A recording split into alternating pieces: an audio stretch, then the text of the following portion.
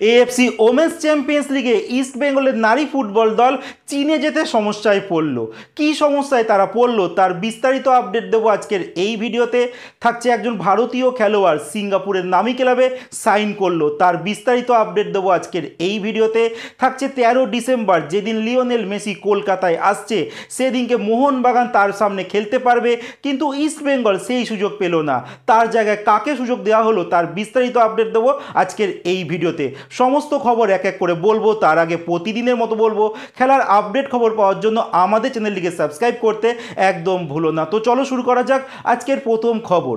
আজকের প্রথম খবরটি শুরু করছি ভারতীয় অনূর্ধ্ব 23 ফুটবল দলের আপডেট নিয়ে, যারা এই মুহূর্তে কলকাতায় প্র্যাকটিস করছিল, যেখানে আজকে তারা একটা প্রস্তুতি ম্যাচ খেলেছে বিধাননগর মিউনিসিপ্যাল ফুটবল একাডেমির সঙ্গে, যেখানে তারা 4-0 গোলে হারিয়ে দিয়েছে বিধাননগর মিউনিসিপ্যাল ফুটবল একাডেমিকে। আর এই মুহূর্তে ভারতের অনূর্ধ্ব 23 ফুটবল দল তারা কিন্তু এবার থাইল্যান্ডের উদ্দেশ্যে রওনা দেবে, কারণ থাইল্যান্ডের সঙ্গে কিন্তু ফিফা ফ্রেন্ডলি ম্যাচ রয়েছে।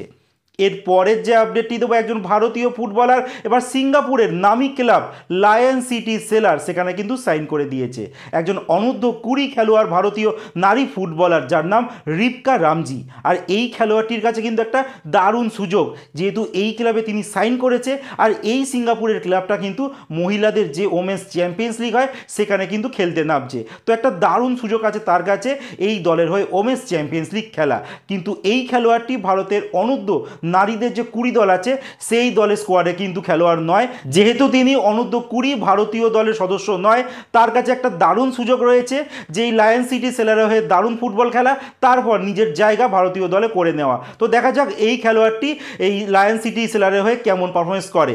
এর পরের যে আপডেটটি দেবো, ইস্ট বেঙ্গলের নারী ফুটবল দল আগামী 17 নভেম্বর তাদের চীনে এএফসি ওমেন্স চ্যাম্পিয়ন্স লিগে ইরানের দল বাম খাতুনের সঙ্গে ম্যাচ খেলার জন্য অনেকটা আগেই যাওয়ার কথা ছিল, কিন্তু ইস্ট বেঙ্গলের নারী ফুটবল দলকে চীনের তরফ থেকে কিন্তু ভিসা দেওয়া হয়নি, যার জন্য এখনও অবধি ইস্ট বেঙ্গলের নারী ফুটবল দল চীনের উদ্দেশ্যে রওনা দিতে পারেনি। কারণ ইস্ট বেঙ্গল ম্যানেজমেন্ট চাইছিল যে নারী ফুটবল দল যাতে কয়েকদিন আগেই সেখানে পৌঁছাতে পারে, যাতে তারা সেখানকার ওয়েদারের সঙ্গে নিজেকে মানিয়ে নিতে পারে। বাট এই মুহূর্তে চীন কিন্তু চেষ্টা চালাচ্ছে যেন ভারতের ক্লাবগুলো সেখানে গিয়ে কোনো ভালো কিছু না করতে পারে, যার জন্য তারা ভিসা দিচ্ছে না। আর ইস্ট বেঙ্গলের নারী ফুটবলাররা কিন্তু এখনও চীনে রওনা দিতে পারেনি। তো আগামী 17 নভেম্বর কিন্তু ইস্ট বেঙ্গল নারী ফুটবল দলের ম্যাচ রয়েছে, দেখা যাক ইস্ট বেঙ্গলের নারী ফুটবল দল সেখানে গিয়ে কেমন পারফরমেন্স করে।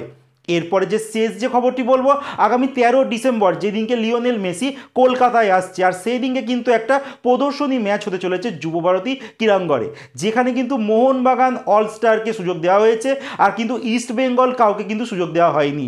আর তার জায়গায় ইস্ট বেঙ্গলের জায়গায় ডায়মন্ড হারবার অলস্টারকে সুযোগ করে দেওয়া হয়েছে। তো আমার একটা প্রশ্ন, ডায়মন্ড হারবারের আবার কবে থেকে অলস্টার হয়ে গেল জানি না, এটা তো মানে অন্যরকম একটা ব্যাপার হয়ে গেল। যাই হোক, এখানে মেসির সামনে কিন্তু মোহনবাগান অলস্টার ভার্সেস ডায়মন্ড হারবার অলস্টারের মধ্যে একটা ম্যাচ হতে চলেছে। তোমাদের মতামত জানাতে একদম ভুলবে না।